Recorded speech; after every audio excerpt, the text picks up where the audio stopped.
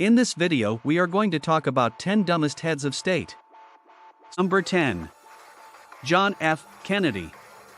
John F. Kennedy was president for less than 3 years before his death. Most Americans remember him as the president who spurred them to visit the moon. He was noted for handling the Cuban Missile Crisis and a Cold War period. Kennedy favored lower personal and corporate taxes and pro-growth policies, according to market historians. Kennedy believed lower tax rates would increase tax collections owing to more economic activity. Art Laffer, a Reagan administration official, popularized the Laffer curve. Early in Kennedy's administration, a bear market lowered his average, but equities still returned 6.5% per year. Number 9. Franklin Delano Roosevelt. Franklin Delano Roosevelt was the United States' longest-serving president, having been elected to 4 terms and serving for just over 12 years until dying in office. He is best known for leading the country through the Great Depression and standing up to Nazi Germany and Imperial Japan. He's also recognized as the president who brought us the New Deal and the vastly expanded role of the federal government that came with it.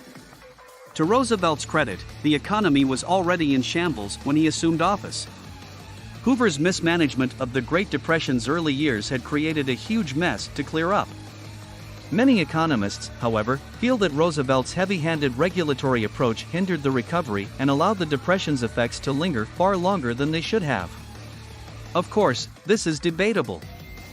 However, it could explain why, despite a low starting position following the 1929 crash and bear market, stock returns were only 6.2% per year. Number 8. Woodrow Wilson.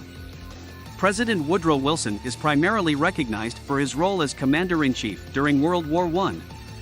But for economic historians, he will be remembered as the president who reinstated federal income taxes and established an income tax branch inside the Internal Revenue Service, which eventually became the Internal Revenue Service.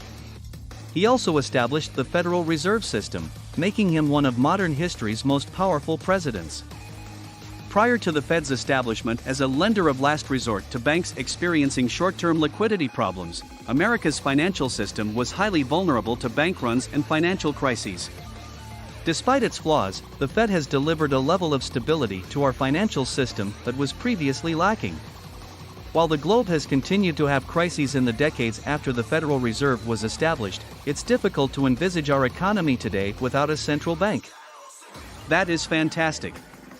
However, it's difficult not to curse Wilson every April 15 when tax returns are due to the IRS. Number 7. Theodore Roosevelt. Teddy Roosevelt had no intention of becoming president. The Republican Party saw him as a loose cannon and attempted to contain him by appointing him as vice president. That was fine and proper. President McKinley was assassinated, and Roosevelt took over as president by default. Roosevelt is one of the most colorful and divisive presidents in American history. For his military adventures as a Rough Rider, he is known as a rough cowboy, and he is the only president from the 1900s to be honored on Mount Rushmore. He was the living embodiment of America's manifest destiny. Unfortunately, he had a reputation for being a bully, and his ego was equivalent to his bust atop Mount Rushmore.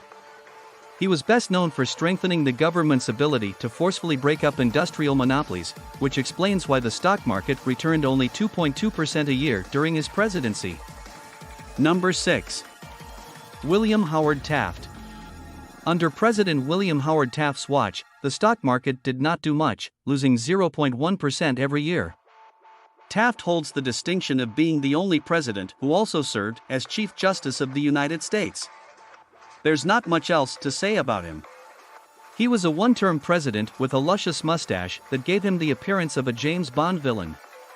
Teddy Roosevelt's ego also had a negative impact on him. By running as a third-party candidate, Roosevelt split the Republican vote, allowing Woodrow Wilson to win. Number 5.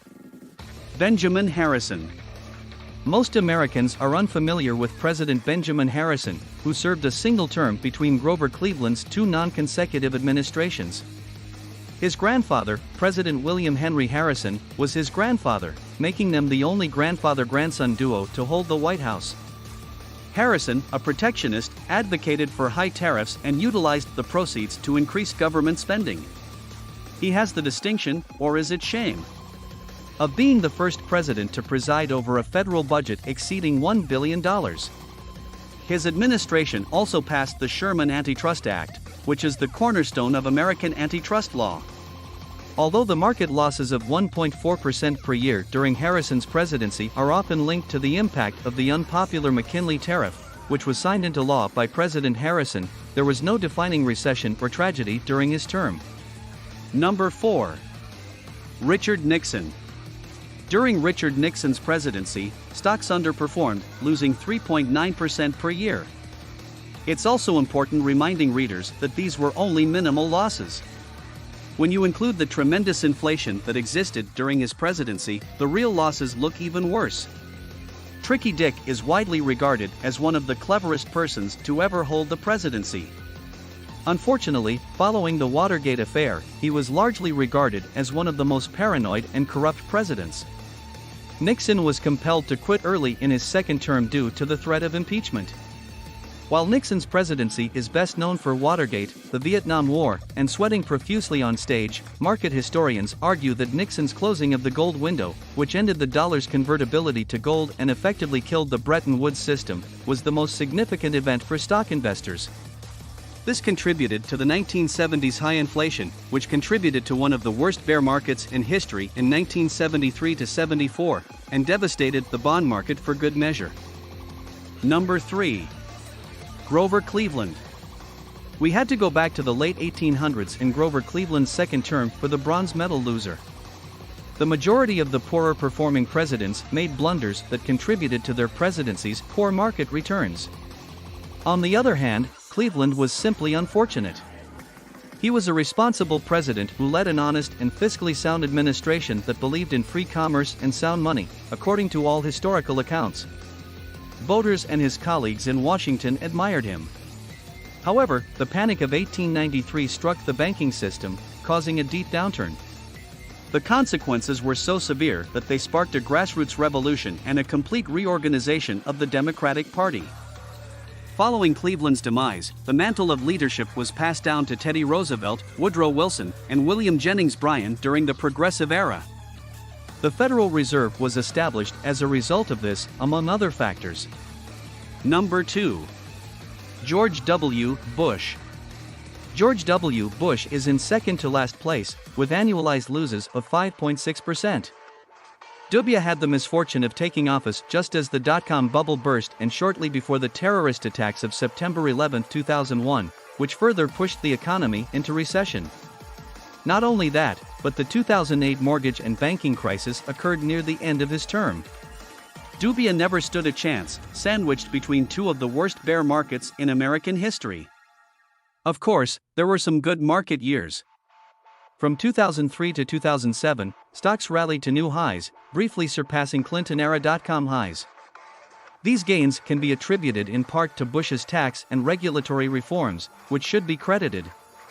Unfortunately, Bush will also be remembered for an expensive and divisive war in Iraq, as well as for throwing fiscal restraint out the window with some of the world's largest budget deficits. Number 1. Herbert Hoover. Someone has to be last, and Herbert Hoover is the unfortunate recipient of that honor. With a 77.1% cumulative loss and a 30.8% annualized compound loss, President Hoover is at the bottom of the list. In case you forgot, Hoover took office just months before the 1929 stock market crash, which ushered in the worst bear market in American history. That's unfortunate, but don't feel bad for Hoover. He was responsible for the entire mess. Despite a letter from over 1,000 economists warning him not to sign the Smoot-Hawley Tariff Act into law, he did so anyway. This aided in the transformation of what could have been a routine recession into the Great Depression. What do you think about our video? Please let us know in the comments area below. If you enjoyed this video and would want to hear from me again, please subscribe and turn on the notification before leaving. Thank you for watching us.